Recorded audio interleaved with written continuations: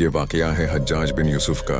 हज्जाज बिन यूसुफ अपनी सख्ती और तकब्बुर की वजह से मशहूर था। वो अपने आप को बहुत ताकतवर समझता था।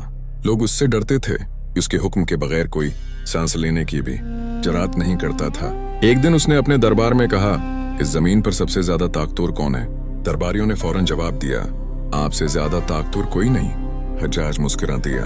इसके चेहरे पर गुरूर साफ नजर आ रहा था, लेकिन अल्लाह को अपने बंदों का तकब्बुर पसंद नहीं। कुछ ही उर्से बाद हज्जाज एक अजीब बीमारी में मुब्तला हो गया। उसके पेट में शदीद दर्द रहता। रात को नींद गायब हो चुकी थी।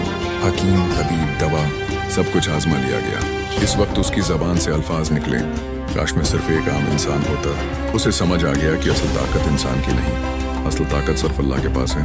रिवायत में आता है कि अपनी जिंदगी के आखिरी लम्हात में उसने कहा, या अल्लाह, लोग समझते हैं कि मैं जालिम हूँ, अगर तू मुझे माफ कर दे तो कोई बात नहीं, वरना मेरा कोई सहारा नहीं। और फिर वो दुनिया से चला गया। आजा ना उसका महल है, ना इसकी हुकूमत।